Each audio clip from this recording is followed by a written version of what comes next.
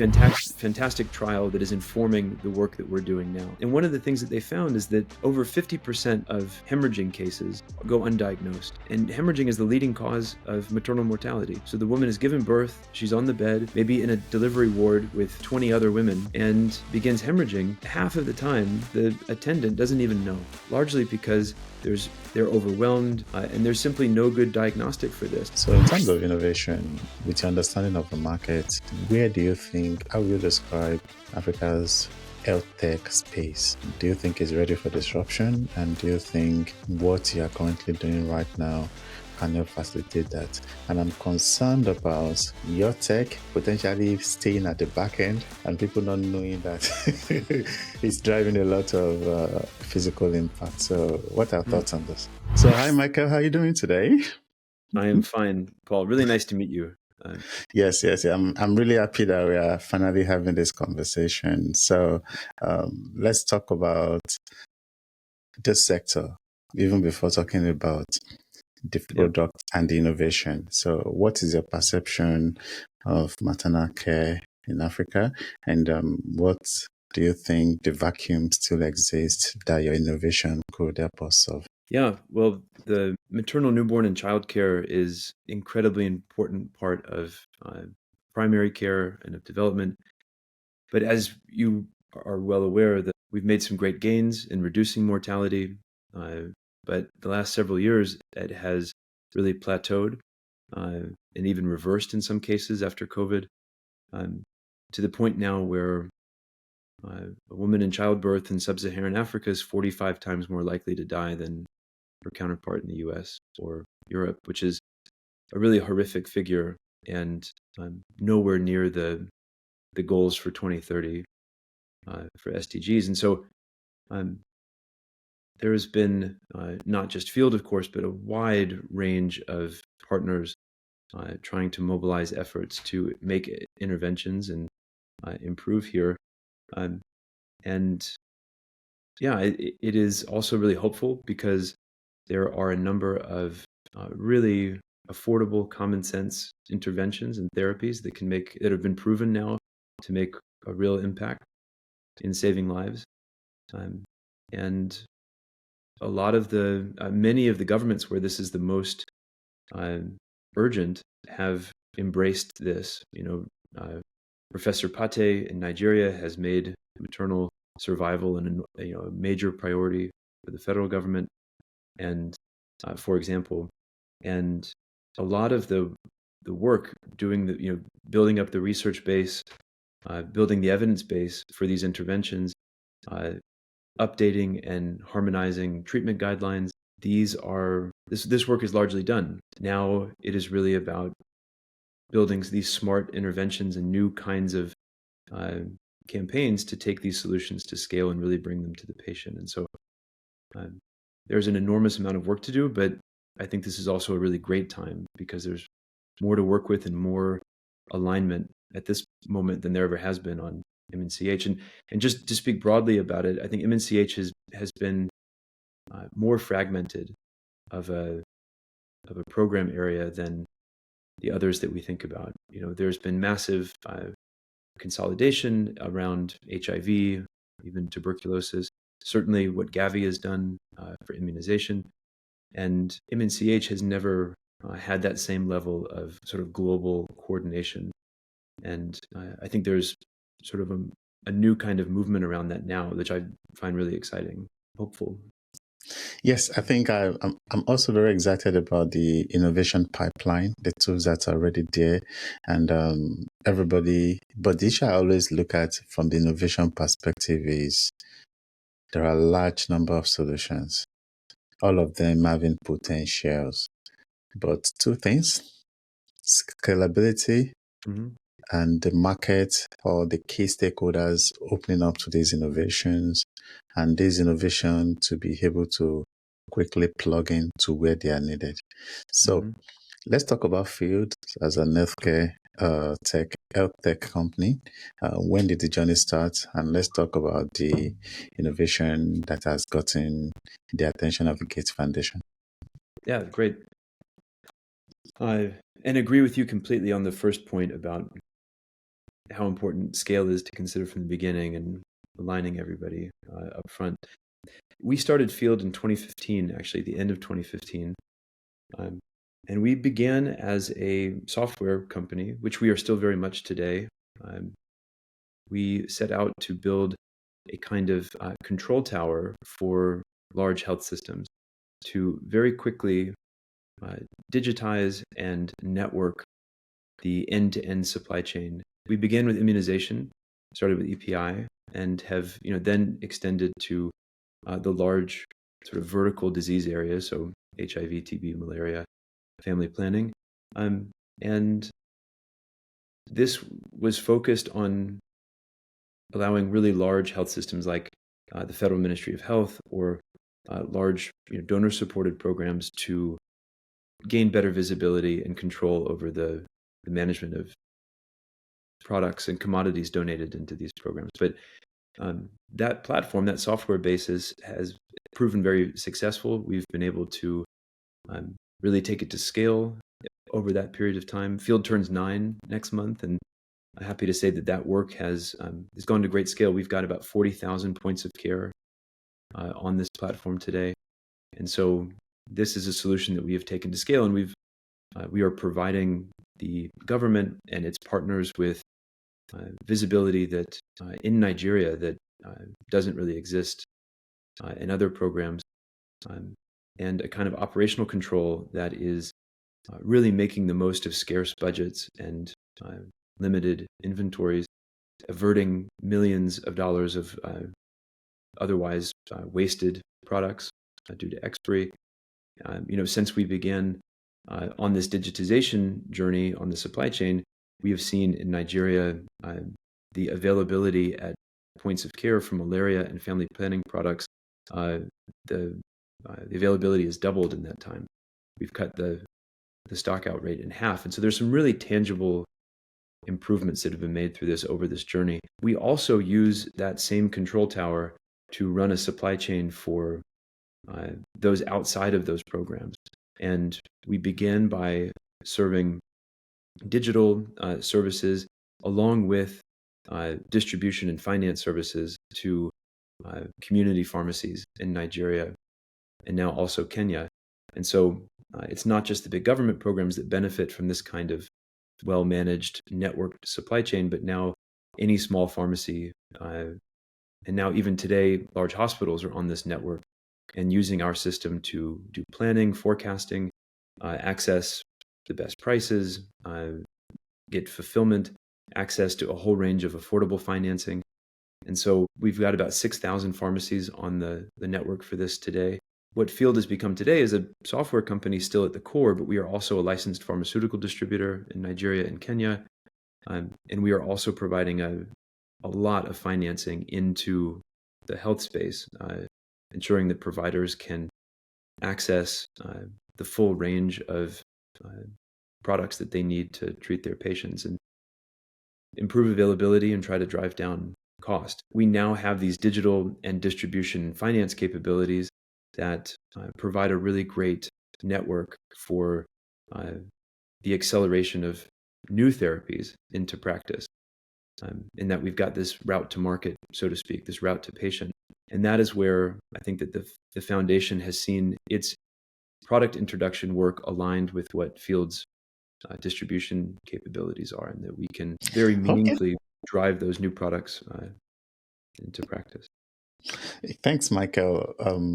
When we talk about, if you follow global trends around innovation in healthcare, it's usually sophisticated, people talking about buzzwords like AI and all of that. Mm-hmm. But you, on the other hand, works in Africa, and you mentioned the fact that we are trying to deliver access and services at the grassroots that those kinds of buzzwords and big tech may not actually make any lot of difference now. But yet we've seen technology being able to provide some solutions. We've seen technology being able to make things much easier on the continent. For instance, look at the fintech sector in Africa. Look at how rapid it has become for you to be able to pull things up. So, in terms of innovation, with your understanding of the market, where do you think, how will you describe Africa's health tech space? Do you think it's ready for disruption? And do you think what you are currently doing right now can help facilitate that? And I'm concerned about your tech potentially staying at the back end and people not knowing that it's driving a lot of physical impact. So, what are thoughts on this? Well, absolutely. I think that it is really easy for investors and founders to get caught up in the hype and the excitement of new technologies. But whether it's crypto or AI or any of the various new software capabilities, it is only as good as the problem that you're trying to solve and your understanding of that problem. That's part of why we named the company Field so long ago, is so that we would keep reminding ourselves of what was important and where we needed to focus. We believe everything starts in the field. That's where the impact is. It's where the beneficiaries are. And we need to remind ourselves constantly that that is where we need to stay focused. And so the new technology, if it's useful to the mission, we'll use it. If it's not, we don't pay too much attention to it. But there are some really great engineering advancements that we've been able to make that have made a meaningful difference on impact. So in particular, we, with Field Supply, our control tower, we've pioneered new ways to support really complicated supply chain workflows way out to the periphery of the health system that can work on a mobile device, on a simple mobile device, and work offline and online. And really, this is challenging to do when you've got a very large distributed supply chain all working asynchronously, and all of the data have got to come back together and make sense. And so that's a bit of a technical story, but for there, we've been able to use a lot of new technology and new engineering approaches to enable something that is really easy to use and very quick to deploy and works really resiliently despite the infrastructure and other challenges that you find out in the field. Because otherwise, you have maybe if you imagine like a central warehouse, a national warehouse, maybe has invested in a big software system, but then it stops there. And nobody out in the field has access to that. They're not digitized, they're not networked, and the supply chain has got consequences. That's what that sort of the lack of information drives inefficiencies, which increase costs. It leads to stockouts or overstocking and expiration and all the waste that comes with it. And so we've had to solve some pretty core engineering challenges in order to enable the kind of digitization that's been possible. So I think that is, in our experience, a good example of that. When it comes to fintech, we've been the first in line to adapt new fintech capabilities to health tech use cases.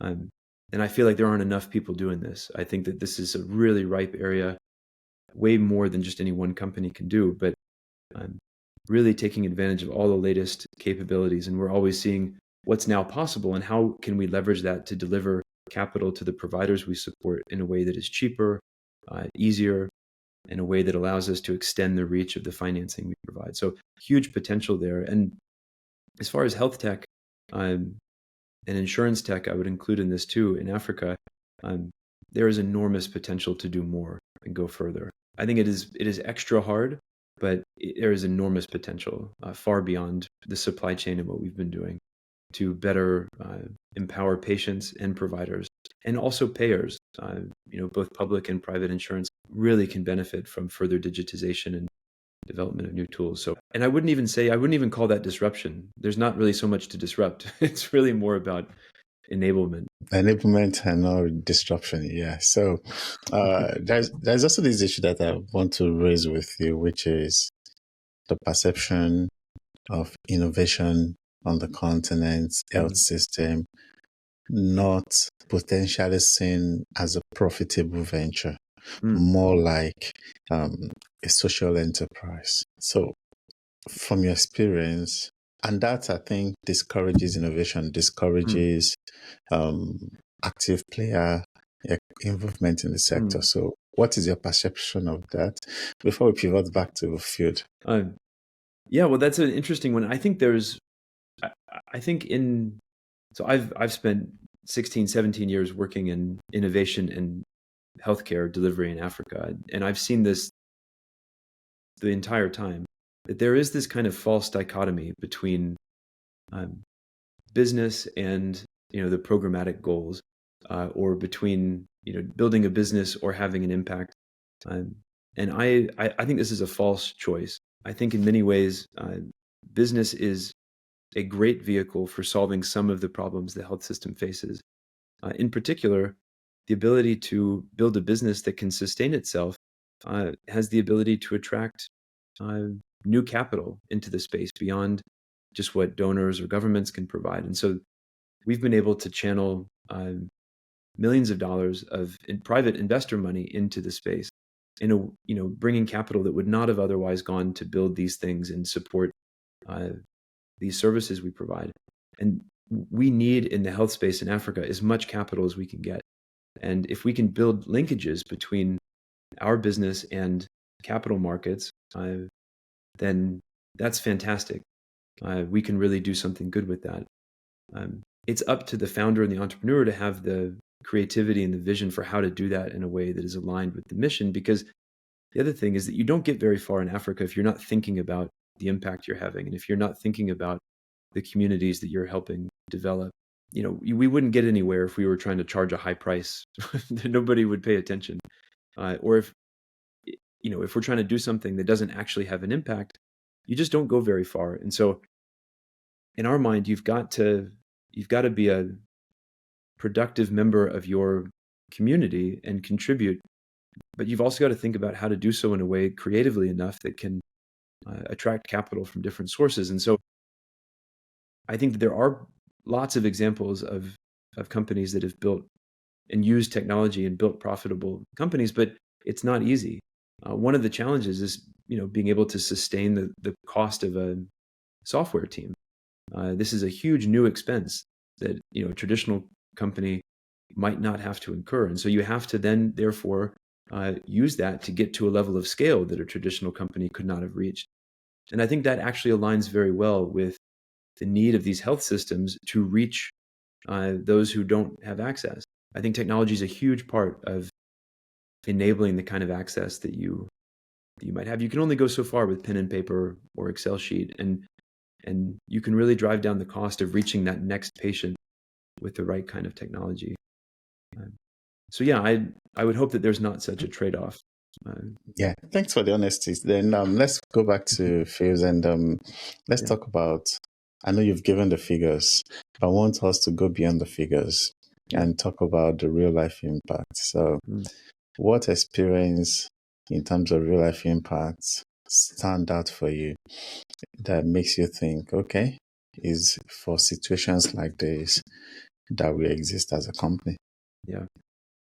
Yeah, well, great question. I mean, there is so much. Unfortunately, this question of maternal mortality and newborn mortality is so present in everyone's lives. It's so close. It hits so close to home. When we on an all hands call some months ago first discussed with the whole broader team that we were taking on this initiative, there were so many people in our own company who asked about how long we would take until we got to their home state where they're from, or would it affect this condition? And the reason they were asking is because this had been, there were friends and family members of theirs who had died in childbirth or lost a wife or had some complication and lost a newborn.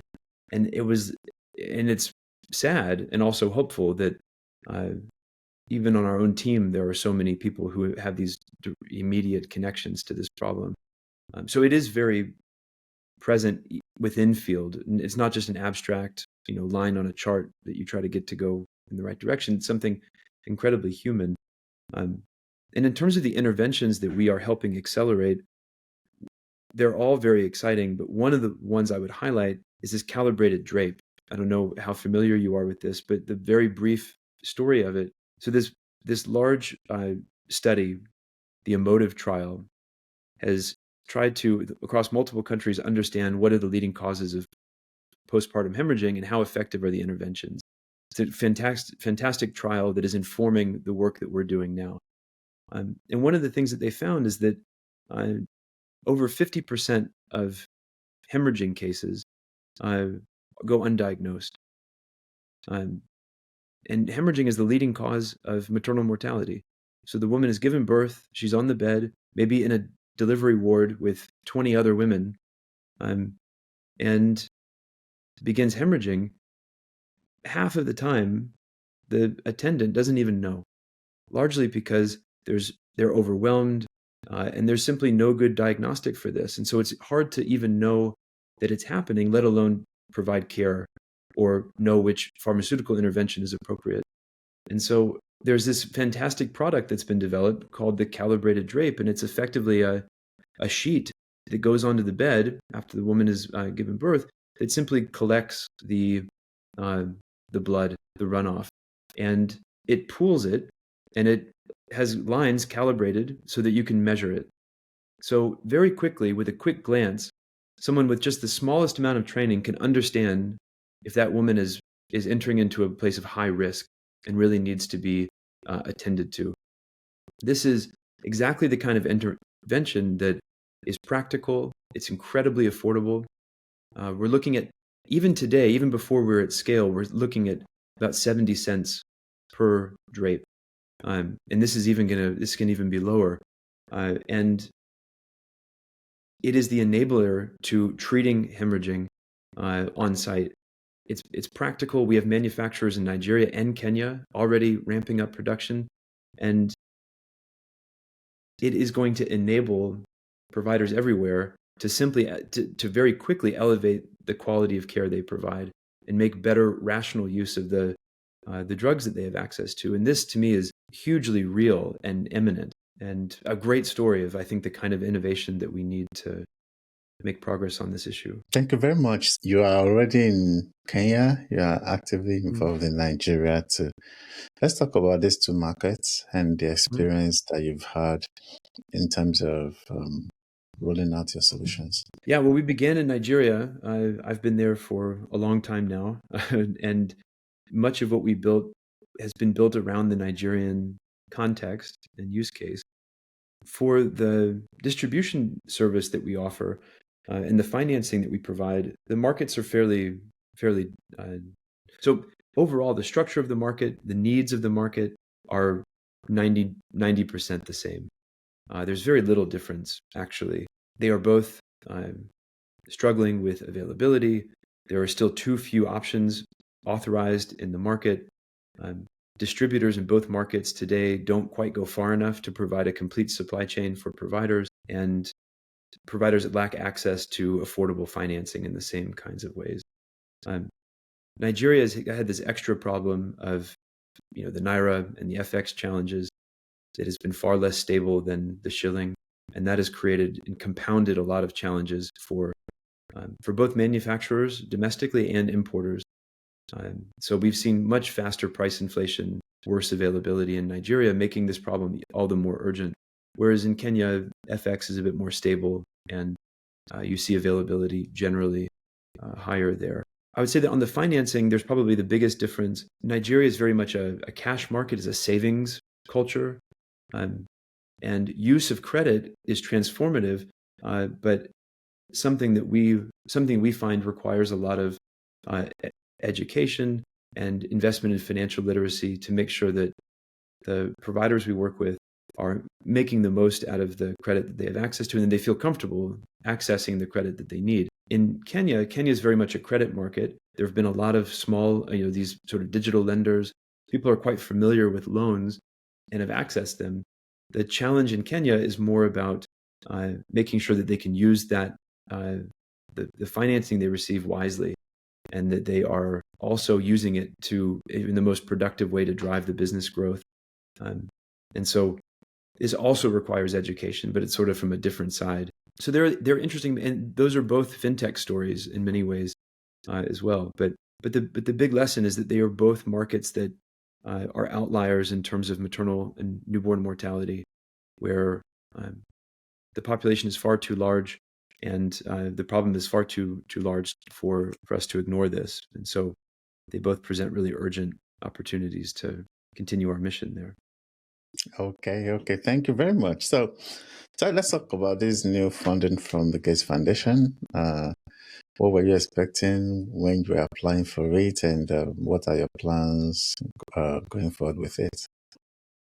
Yeah, so this is a very special kind of project. Field has been building up this infrastructure, as I mentioned, this software and the financing and the distribution capabilities for a while, and we've sought out ways in which we can accelerate access to new therapies. This is something that we've been wanting to do. We've been building up this area, and in discussing these new capabilities and this direction that Field was going to take, um, given our work in the private and public sector, when we discussed this new direction we were taking with the Gates Foundation, um, they identified that it aligned very well with their product introduction initiative. And so, largely because when it comes to MNCH, unlike HIV and TB, malaria, the big donor programs, about 70% of the maternal, newborn, and child health needs are supplied by local markets. These are not big donors bringing these products in. Over 70% is provided locally.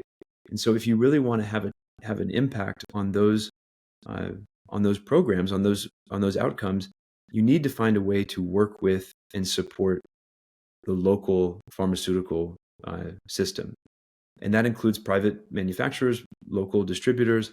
And so for the foundation, this was a good alignment in that we were wanting to drive the introduction of new products, and we were already immersed in and supporting the local ecosystem. And so there was a really great alignment of sort of mission and capabilities there. And so we didn't necessarily go applying for funding. It was more like we developed a kind of collaboration around this. And from the funds that we and our investors have put in, the foundation also now has put in this $11 million commitment to see us focus on really the 10 products or so that are at the top of their strategy for MNCH. And we're going to be investing in extending the cold chain capacity and the physical infrastructure, deploying credit to in supporting people in using the credit to invest in these new inventories, providing planning and forecasting, and supporting this sort of web of other stakeholders who are going to be doing training and sort of monitoring on this. And so we are, so it's not a traditional grant in this way, but we are providing this sort of market connection to this work. And so, it's a very, very unique way to work with the foundation, how we've organized this here. Yes, impressive. So what's next for you in fulfilling the broader vision of the organization?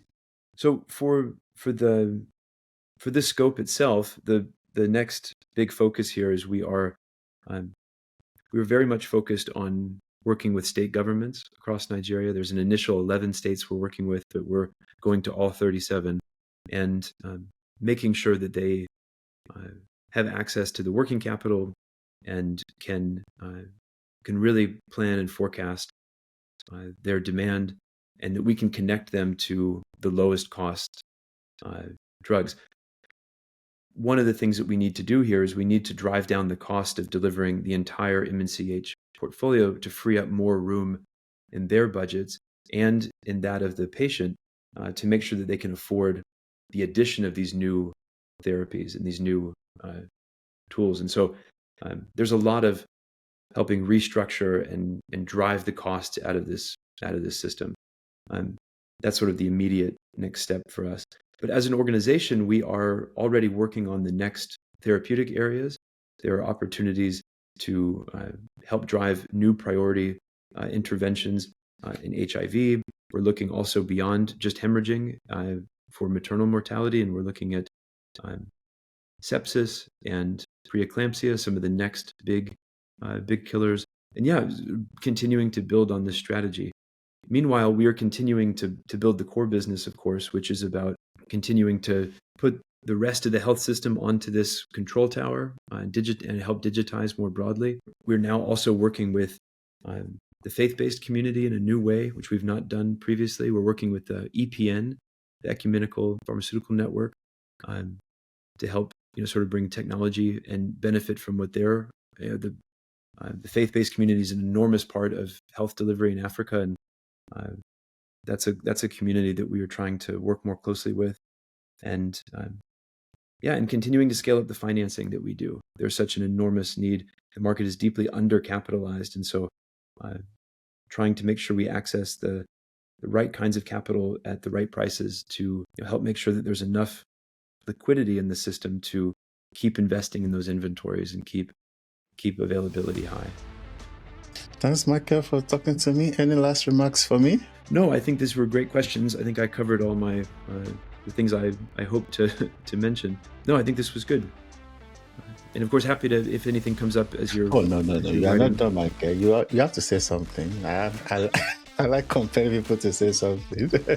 So if you have to say something, what would your last remarks be? In spite of every answer questions you've had.